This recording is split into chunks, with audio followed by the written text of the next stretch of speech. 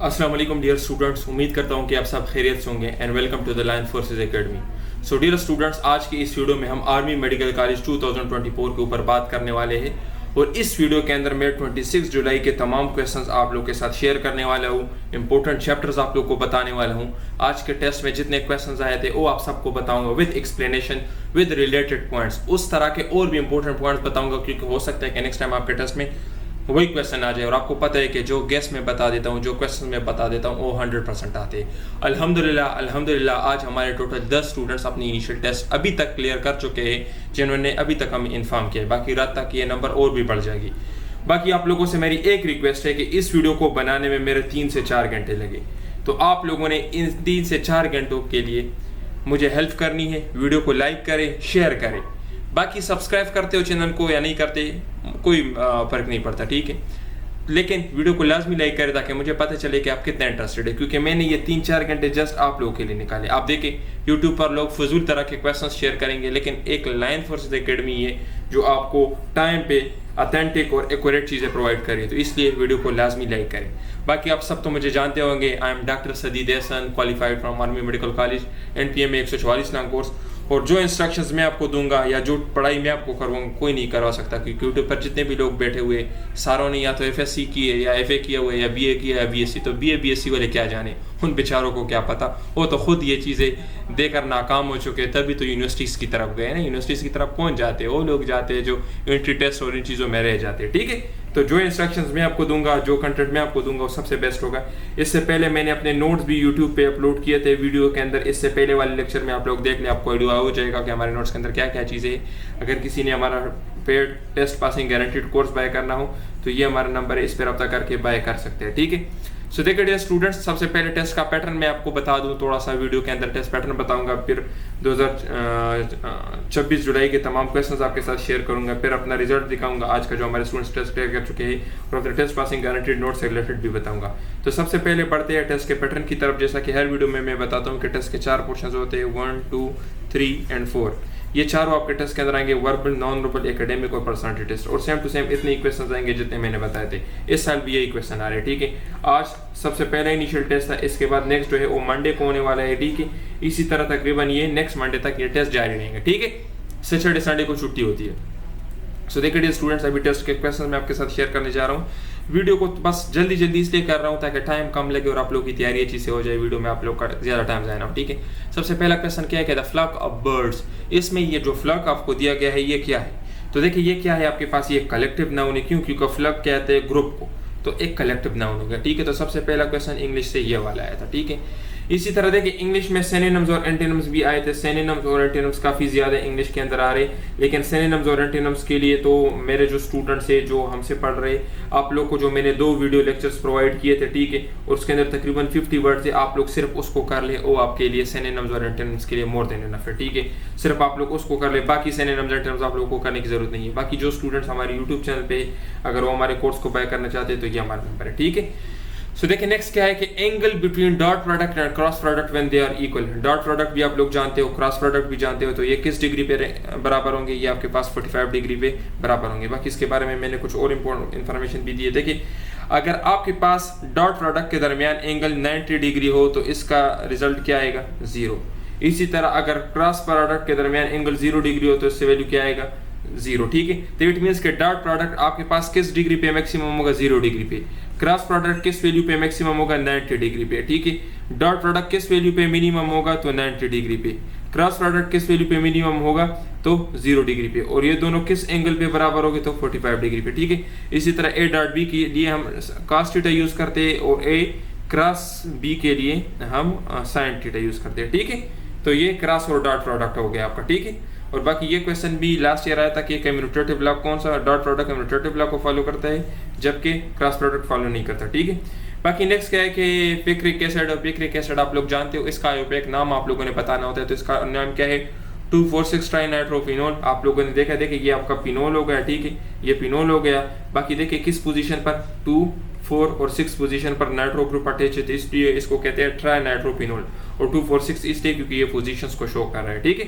तो 2,4,6 ट्राई नाइट्रोपिनोल। इसी तरह आयोपेक नेम्स जो इंपॉर्टेंट कंपाउंड्स के ऑर्गेनिक केमिस्ट्री के, वो आप सब देख लें, ठीक है। ऑर्गेनिक केमिस्ट्री की एक नज़र रिवीजन कर लें, क्योंकि ऑर्गेनिक केमिस्ट्री से बहुत सारे क्वेश्चन आ रहे हैं, खासकर primary alcohol, secondary alcohol, tertiary alcohol, इनकी रिएक्टिविटी और इन चीज़ों से रिलेटेड, ठीक है। Primary carbocation, secondary carbocation, tertiary carbocation, इसी तरह पेनॉक्साइड आयन के रेजोनेटिंग स्ट्रक्चर्स, तो इस तरह के क्वेश्चन आ रहे हैं। तो ऑर्गेनिक केमिस्ट्री को रिवाइज कर लें, जितने भी आयोपेक नेम्स है, सेकंड नेम्स है, तो लाजमी आप कर लें, ठीक है। जिस तरह रेक्टिफाइड स्पिरिट किसे कहते हैं, ठीक है। तो इस तरह की जो इनकी वैल्यूज है वो आप याद कर लें। बाकी देखिए साइनोबैक्टीरिया में कौन सा क्लोरोफिल होता है, तो साइनोबैक्टीरिया के अंदर क्लोरोफिल नंबर ए होता है, और मोस्ट एबंडेंट क्लोरोफिल ये भी क्लोरोफिल नंबर ए है, ठीक है। क्लोरोफिल ए मोस्ट एबंडेंट है। इसके अंदर मिथाइल फंक्शनल ग्रुप होता है, और ये वायलेट ब्लू लाइट को ऑब्जर्व करता है और ऑरेंज लाइट को रिफ्लेक्ट करता है, ठीक है। इसी तरह क्लोरोफिल बी का जो है, तो इसके अंदर अल्डिहाइड फंक्शनल ग्रुप होता है, और ये क्लोरोफिल ए की हेल्प करता है, ठीक है। क्लोरोफिल ए की हेल्प करता है, और ये ग्रीन एलजी में होते हैं, ठीक है। तो ये भी आपसे क्वेश्चन पूछा जाता है कि ग्रीन एलजी के अंदर कौन सा होता है, तो क्लोरोफिल बी। ये फंक्शनल ग्रुप का भी आपसे पूछा जाता है। क्लोरोफिल ए में मिथाइल फंक्शनल ग्रुप है CH3, और यहाँ पे अल्डिहाइड फंक्शनल ग्रुप है, ठीक है। इसी तरह देखिए नेक्स्ट आपका क्या है, क्लोरोफिल सी। ये मेरीन एलजीज में होता है, ब्राउन एलजी डाइएटम्स में भी होता है, ठीक है। और इसी तरह क्लोरोफिल डी साइनोबैक्टीरिया और रेड एलजी में होते हैं, ठीक है। और क्लोरोफिल डी ये गोल्डन एलजी में होते हैं, ठीक है। तो ये क्वेश्चंस आपसे इनिशियल टेस्ट में पूछे जा सकते हैं। बाकी देखिए क्लोरोफिल से रिलेटेड और भी क्वेश्चंस पूछे जाते हैं। यहाँ पर मैंने एक इंपॉर्टेंट दिया है कि क्लोरोफिल का सेंटर एटम क्या है, मैग्नीशियम। ये क्वेश्चन भी काफी मरतबा पूछा है, क्लोरोफिल का सेंटर एटम क्या है, मैग्नीशियम। जिस तरह आपके पता है कि हेमोग्लोबिन का सेंट्रल एटम क्या है, Fe+2 आयरन है। इसी तरह मैग्नीशियम का सेंट्रल एटम क्या है, वो आप लोगों के पास मैग्नीशियम +2 आयन। इसी तरह इसके साथ एक पाइटोल साइड चेन भी अटैच होता है, ठीक है। तो इसके साथ देखिए सेंट्रल रिंग है प्लस पाइटोल साइड चेन है, ये इसके साथ अटैच होते हैं, ठीक है। और इस तरह देखिए यहाँ पे मैंने आपको बताया था मिथाइल फंक्शनल ग्रुप, तो क्लोरोफिल बी में आपके पास क्या है, मिथाइल फंक्शनल ग्रुप है, ठीक है। नजर आ रहा है आपको, तो ये आपके हो गए। इसी तरीके से इसके अंदर बाकी मैंने हेमोग्लोबिन का स्ट्रक्चर दिया, तो देखिए हेमोग्लोबिन आपके पास क्या है, इसके अंदर 574 अमीनो एसिड्स होते हैं, 4 पॉलीपेप्टाइड चेन्स होते हैं, 2 अल्फा होते हैं और 2 बीटा। तो अल्फा के अंदर 141 अमीनो एसिड्स होते हैं, बीटा के अंदर 146 अमीनो एसिड्स होते हैं। और ये क्या करता है, ये ऑक्सीजन को कैरी करता है, ठीक है। ये ऑक्सीजन को कैरी करता है। इसी तरह देखें मायोग्लोबिन भी है, मायोग्लोबिन, तो मायोग्लोबिन क्या करता है, ये ऑक्सीजन को स्टोर करता है, ठीक है। ऑक्सीजन को स्टोर करता है। ये क्वेश्चन मैंने पहले भी अपने लेक्चर्स में समझाया था, अभी भी बता रहा हूँ कि हेमोग्लोबिन ऑक्सीजन को कैरी करता है, जबकि मायोग्लोबिन ऑक्सीजन को स्टोर करता है, और ये ऑक्सीजन के साथ 100 टोरसिलियम प्रेशर पे क्या करता है, बाइंड होता है, ठीक है। तो ये सारे क्वेश्चंस इनिशियल टेस्ट में इससे पहले साल भी पूछे गए, इसी साल भी। इसी तरह देखिए इसका सेंट्रल एटम क्या है, इसका सेंट्रल एटम है Fe+2। अगर ये Fe+2 Fe+3 में कन्वर्ट हो जाए तो इसको हम कहते हैं मेट हेमोग्लोबिन, ठीक है। MET मेट हेमोग्लोबिन, और ये फिर ऑक्सीजन के साथ बाइंड नहीं होता, ठीक है। इसी तरह आप लोगों का असाइनमेंट ये है कि एक हेमोग्लोबिन कितने ऑक्सीजन मॉलिक्यूल्स के साथ अटैच होता है, तो ये आप लोगों का असाइनमेंट है, आप लोग कर लें, ठीक है। बाकी देखिए dear students, most reactive carbocation कौन सा है, तो यहाँ पे देखिए मैंने इसका एक स्टेबिलिटी ऑर्डर दिया है। तो सबसे स्टेबल कौन सा है, टर्शियरी कार्बोकेटाइन सबसे ज्यादा स्टेबल होता है। स्टेबल का मतलब क्या है कि ये रिएक्शन बिल्कुल भी नहीं करता। और मिथाइल कार्बोकेटाइन जो है तो ये सबसे ज्यादा रिएक्टिव होता है। क्यों रिएक्टिव होता है, क्योंकि इसके साथ इलेक्ट्रॉन की कमी होती है, और इसके साथ तो सबसे ज्यादा इलेक्ट्रॉन होते हैं। सबसे ज्यादा इलेक्ट्रॉन हो तो ये मोस्ट स्टेबल होगा, इसके साथ इलेक्ट्रॉन कम होते हैं तो ये रिएक्शन करके अपने साथ इलेक्ट्रॉन लाने की कोशिश करते हैं। तो इसलिए इसका आंसर क्या हो जाएगा, मिथाइल कार्बोकेटाइन। ये क्वेश्चन सेम टू सेम इसी तरह है। इसी तरह अगर ये क्वेश्चन थोड़ा सा चेंज करके आपसे पूछे कि मोस्ट स्टेबल कार्बोकेटाइन, तो मोस्ट स्टेबल कार्बोकेटाइन कौन सा होगा, टर्शियरी, ठीक है। तो आपका आंसर फिर क्या होगा, tertiary carbocation is the most stable, ठीक है। इसी तरह अगर आपसे ऑर्डर पूछे तो सबसे पहले टर्शियरी, फिर सेकेंडरी, फिर प्राइमरी, फिर मिथाइल कार्बोकेटाइन, ठीक है। तो these are all your important MCQs जो आपसे इनिशियल टेस्ट में पूछे जाते हैं। इसी तरह जो प्राइमरी, सेकेंडरी और टर्शियरी अल्कोहल है, तो वो भी आप लोगों का असाइनमेंट है, वो भी आप लोग देख लें कि प्राइमरी, सेकेंडरी और टर्शियरी अल्कोहल उनके रिएक्शंस देख लें कि किस तरह आइडेंटिफाई करते हैं। इसी तरह उनके देखें कि बॉइलिंग पॉइंट किसकी ज्यादा है, रिएक्टिविटी किसकी ज्यादा है, स्टेबिलिटी किसकी ज्यादा है। तो ये सारे आपके एमसीक्यूज है जो इनिशियल टेस्ट में आ सकते हैं, ठीक है। बाकी देखिए लेटेस्ट एनर्जी किसकी सबसे ज्यादा है, तो ये दो कंपाउंड्स आपको दिए गए, तो यहाँ पर मैंने एक टेबल दिया है। तो इन दोनों में तो देखिए NaCl की सबसे ज्यादा है, यहाँ पे देखिए NaCl आपको दिया गया है और लिथियम फ्लोराइड आपको दिया गया। तो देखिए सबसे ज्यादा लेटेस्ट एनर्जी किसकी है, लिथियम फ्लोराइड की है। फिर आप देखें तो फिर आपके पास KF है, ठीक है। फिर उसके बाद देखें तो थर्ड नंबर पे NaF है, फिर आपके पास NaCl है। तो ये वैल्यूज आप याद कर लीजिए, आपसे पूछे जा सकते हैं, ठीक है, कंपाउंड्स के। तो इसी तरह मोस्ट कॉमनली अक्सर जो पूछा जाता है वो आपको NaCl दिया जाता है, ठीक है। और इसी तरह KCl दिया जाता है, ठीक है, NaI दिया जाता है और Li, ठीक है। बाकी ये सारे आपको दिए हैं ताकि आपको पता हो, ठीक है। ये इतने ज्यादा नहीं पूछे जाते अक्सर आपका ये लाइन पूछा जाता है, ठीक है। तो ये लेटेस्ट एनर्जी, इसका डिफिनीशन भी याद कर ले, और कुछ इंपॉर्टेंट कंपाउंड जो है जिस तरह NaCl की लेटेस्ट एनर्जी की वैल्यू याद कर ले, KCl की लेटेस्ट एनर्जी की वैल्यूज याद कर ले जो आपके बुक में दी गई है। बाकी इसका ऑर्डर याद कर ले कि सबसे ज्यादा किसकी है और सबसे कम किसकी है। ये भी क्वेश्चन आपसे पूछा जा सकता है कि सबसे कम लेटेस्ट एनर्जी किसकी है, ठीक है। इसी तरह formula of dipole movement, dipole movement का फार्मूला क्या है, तो यहाँ पे देखिए मैंने दिया है कि डायपोल मूवमेंट का फार्मूला क्या है, P = Q, ठीक है। ये हमेशा पॉजिटिव चार्ज से नेगेटिव चार्ज की तरफ होता है, तो इसका डायरेक्शन भी होता है, तो इसलिए ये एक वेक्टर है, ठीक है। इसकी यूनिट क्या है, dB, और 1 dB किसके बराबर है, 3.34 मल्टीप्लाई बाय 10⁻30 कूलम मीटर, ठीक है। ये क्वेश्चन काफी मरतबा पूछा गया कि यूनिट ऑफ डायपोल मूवमेंट, तो इसका यूनिट क्या है, dB, और dB किसके बराबर है, 3.34 मल्टीप्लाई बाय 10⁻30 कूलम मीटर, ठीक है। ये मैंने कल AFNS के लेक्चर में भी परसों ये क्वेश्चन बताया था, आप लोगों ने देखा होगा। आर्मी मेडिकल कॉलेज के लेक्चर में परसों भी ये क्वेश्चन मैंने अपने यूट्यूब चैनल पे भी बताया था। अच्छा देखिए कॉम्पटन इफेक्ट का है, तो कॉम्पटन इफेक्ट में हम क्या करते हैं कि हम एक फोटॉन स्कैटर्ड करते हैं इलेक्ट्रॉन के ऊपर, इलेक्ट्रॉन हिट होके डिफ्लेक्ट हो जाता है, ठीक है, और प्रोटॉन वापस स्कैटरिंग उसको हो जाती है, ठीक है। इसने कौन सी थ्योरी को प्रूव किया, तो फोटॉन थ्योरी ऑफ लाइट को इसने प्रूव किया हुआ है, ठीक है। तो ये क्वेश्चन आता है। इसी तरह देखिए कॉम्पटन इफेक्ट है। बाकी न्यूक्लियर फिजिक्स का चैप्टर आप लोगों के लिए काफी इंपॉर्टेंट है, सारा के सारा न्यूक्लियर फिजिक्स का चैप्टर देख ले, ठीक है। इसी तरह से देखिए फिनॉक्साइड आयन में कितने रेजोनेटिंग स्ट्रक्चर्स होते हैं, तो फिनॉक्साइड आयन के टोटल 5 रेजोनेटिंग स्ट्रक्चर्स होते हैं। यहाँ पे देखिए ये 5 स्ट्रक्चर्स है, 1 2 3 4 5। रेजोनेटिंग स्ट्रक्चर्स क्या होते हैं, इनमें इलेक्ट्रॉन की रेजोनेंस होती है, और रेजोनेंस क्यों होती है, क्योंकि ये स्टेबिलिटी प्रोवाइड करते हैं, ठीक है, ये स्टेबिलिटी प्रोवाइड करता है। तो ये सारे क्वेश्चंस आपसे इनिशियल टेस्ट में पूछे जा सकते हैं कि रेजोनेंस क्यों होता है, तो it is due to stability, ठीक है।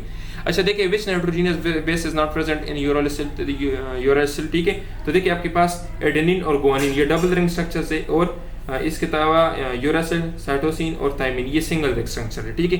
तो आपको पता है कि यूरासिल जो है तो ये सिर्फ और सिर्फ आपके पास RNA में प्रेजेंट है, ठीक है, जबकि आपके पास जो थायमिन है तो ये DNA में प्रेजेंट है। तो इसलिए आपके पास थायमिन क्या है, नाइट्रोजनियस बेस है जो कि नॉट प्रेजेंट है RNA में, ठीक है। तो अक्सर इस तरह का क्वेश्चन आपसे पूछा जा सकता है, ठीक है, कि कौन सा नाइट्रोजनियस बेस प्रेजेंट नहीं है। असल में ये DNA नहीं, ये यूरासिल नहीं है, ये तो स्टूडेंट ने गलत क्वेश्चन दिए। ये आपसे पूछेगा DNA या RNA, आपसे पूछा जाएगा कि कौन सा नाइट्रोजनियस बेस DNA में प्रेजेंट नहीं होता और कौन सा RNA में प्रेजेंट नहीं होता। तो आपको पता है कि यूरासिल जो है तो यूरासिल आपके पास सिर्फ और सिर्फ RNA में प्रेजेंट होता है, ठीक है।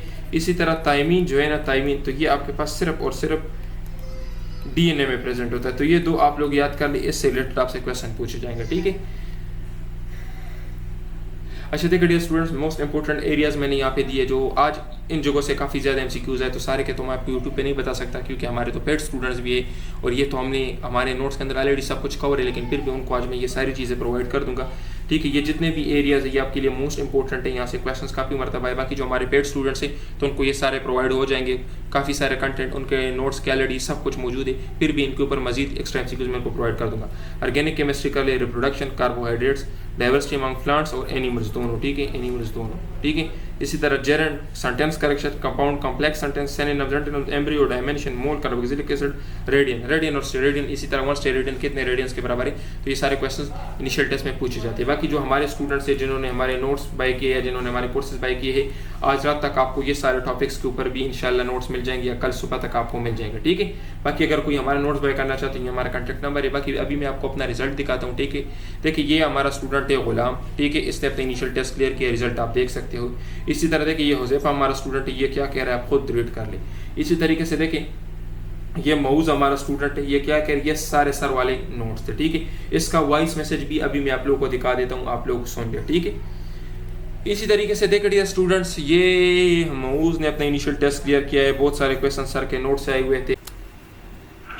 तो सच मीन्स ये चीज़ थी कि मैं आपको बता रहा था कि ना बहुत से बच्चों को इस चीज़ की मुश्किल आ रही थी कि ना उनका कंप्यूटर नहीं चल रहा था सही तरह, ठीक है, और ना सॉफ्टवेयर उनका बहुत ज़्यादा लैग कर रहा था, ग्लिचेस आ रहे थे, और ना लिटरली 2-3 बच्चे ऐसे रो के लिटरली रो के घर गए हैं वो, ठीक है। उनका मतलब कि नीचे रो ही नहीं पाया सिर्फ इस वजह से कि वो सॉफ्टवेयर उनका नहीं चल रहा था सही तरह, और इंतहाई उन्होंने कोई उनके सपोर्टिव मैनेजमेंट नहीं थी, ठीक है, और ना जैसे उतना खाने को पड़ते हैं बंदे को वैसे थे वो, ठीक है। ये एक चीज़ थी कि हाँ कि नेगेटिव एस्पेक्ट था, ठीक है। अब जो पॉजिटिव एस्पेक्ट में डील करने लगा हूँ, जो मैं टेस्ट के बारे में बताने लगा, वो टेस्ट के मतलब ऐसे था कि मीन्स मैं वर्बल नॉन वर्बल, मैंने ये आपका जो था ना सेशन मैंने 1 जुलाई को ज्वाइन किया था, ठीक है, और ना मैंने बीच में मैच टेस्ट लेने शुरू किए वर्बल के लेक्चर्स, ठीक है। मैंने कोई 1.5 हफ्ता लगा के वर्बल किए, नॉन वर्बल करने शुरू किए हैं, कोई 1 हफ्ते में मैंने नॉन वर्बल किए। अगेन एकेडमिक का जो सीन है वो मैंने लास्ट कोई वीक में किया है, ठीक है। ये 26 को मेरा आज टेस्ट था और मैं ये कब से 21 तारीख से करना शुरू किया एकेडमिक, ठीक है। तो वो सीन ऐसे था कि ना मैं सारे इस तरह करता था कि मैंने जो ओवरऑल जो थे ना क्या कहते हैं लाइन फोर्स अकेडमी के जो लेक्चर्स थे, ठीक है, सर सदीप वाले, वो मैं करता रहता था, ठीक है। वो मेरे रात को देख लेते, ठीक है। और ना उसके बाद मैं साथ एप्टीट्यूड की तैयारी भी कर रहा हूँ, ठीक है। और ना इस तरह साथ में AMC की भी कर रहा था। तो लिटरली मेरे पास बाद में जो थोड़ा टाइम बचता था उसके अंदर मैं ना ऐसे AMC का खोल के बैठ जाता था और ना लेक्चर्स स्टडी करने लग जाता था, ठीक है। और ना फिर मैंने इस तरह होता था कि जो इनकी लाइफ फोर्स अकेडमी की जो ऐप है वहाँ से मैं पास पेपर स्टडी कर लेता था और खुद से सॉल्व करने की कोशिश करता था, ठीक है। तो उनके साथ उनकी एक्सप्लेनेशन देख लेता था, ये चीज़ थी। बाकी एज़ कम्पेयर टू माशाल्लाह मेरे मैट्रिक में और FSC में भी अच्छे मार्क्स थे और मेरे कॉन्सेप्ट वाइज काफ़ी अच्छे हैं और मैट्रिक में भी। और ना एप्टीट्यूड के अंदर भी मैं FSC बड़ी मतलब जी जान से की। और सच मुझे अकेडमी का इतना नहीं था क्योंकि अकेडमी मेरी काफ़ी अच्छी प्रिपेयर थी क्योंकि मैं साथ साथ एप्टीट्यूड की तैयारी भी कर रहा हूँ। तो पैरेलल मेरी दोनों तरह तैयारी हो रही थी अकेडमी की। मुझे ज़्यादा फिक्र वर्बल नॉन वर्बल की थी। तो उसके अंदर मैं आपको एक प्लस पॉइंट ये बताना चाहता हूँ कि आप सब बहुत ज़्यादा लकी हो, ठीक है, कि आप लोगों को ये प्लेटफॉर्म मिला है, ठीक है। और लिटरली वो MCQ स्पीड हुई है, वो वाला MCQ भी आ जाया हुआ था कि 90% वो 81 नहीं आता था जो मतलब सबसे पहले सर ने अपने डेमो लेक्चर्स में भी दिया था। वो MCQ आ जाया हुआ था, बाकायदा वो आया हुआ था, ठीक है। और लिटरली लाइन टू लाइन और वैल्यूज टू वैल्यूज वाले MCQ डिट्टो कॉपी रिपीटेड थे जो सर ने करवाए हैं और जो आ जाए हैं, ठीक है। और मतलब इंतहाई मेरा कोई इजी सीन था। मेरे राइट वाला भी फेल हो गया, मेरा लेफ्ट वाला भी फेल हो गया, ठीक है। मेरे आगे बैठा था वो भी फेल हो गया। और हमारे फैसलाबाद बोर्ड का टॉपर था, 1093 मार्क्स हैं उसके। मेरा क्लास फेलो है पंजाब कॉलेज में, वो भी फेल हो गया, ठीक है। अल्हम्दुलिल्लाह अल्लाह का लाख लाख शुक्र है कि अल्लाह ताला ने मुझे मतलब इस तरह सुरखरू किया। तो इस सब में ये चीज़ थी कि हाँ कि मुझे फॉर्म मिला और मेरी अपनी मेहनत भी थी, ठीक है। तो बाकी इंशाल्लाह ये चीज़ है कि आप लोगों ने परेशान नहीं होना और इजी रहना है, ठीक है। और ज़्यादा अपने ऊपर सवाल करने की ज़रूरत नहीं है, ठीक है। जो आपको नोट्स मिले हैं, जो आपको लेक्चर्स मिले हैं, आप उन्हीं को सिंसियर होके और कंसिस्टेंसी के साथ कर लो। तो मुझे नहीं लगता कि आपको किसी और चीज़ की ज़रूरत है। और जहाँ तक कॉन्सेप्ट्स की बात है, वो आप अगर एप्टीट्यूड की तैयारी कर रहे हो और लॉयल होके कर रहे हो और ना प्रॉपर तैयारी के साथ कर रहे हो, तो मुझे नहीं लगता कि आपको ना अकेडमी की तरफ से भी कोई टेंशन होने वाली है, ठीक है। और जहाँ तक वर्बल नॉन वर्बल की बात है वो प्रैक्टिस है, ठीक है। और थोड़ा सबको वर्सटाइल होकर सोचना पड़ता है और ना बस पैनिक नहीं करना। टाइम मतलब मैनेजमेंट अच्छी थी। मेरा जो था वर्बल कोई 2 मिनट पहले हो गया था, नॉन वर्बल मैंने कोई 5 मिनट पहले कर लिया था। और जो अकेडमिक था वो भी मेरा कोई 6-7 मिनट पहले हो गया था।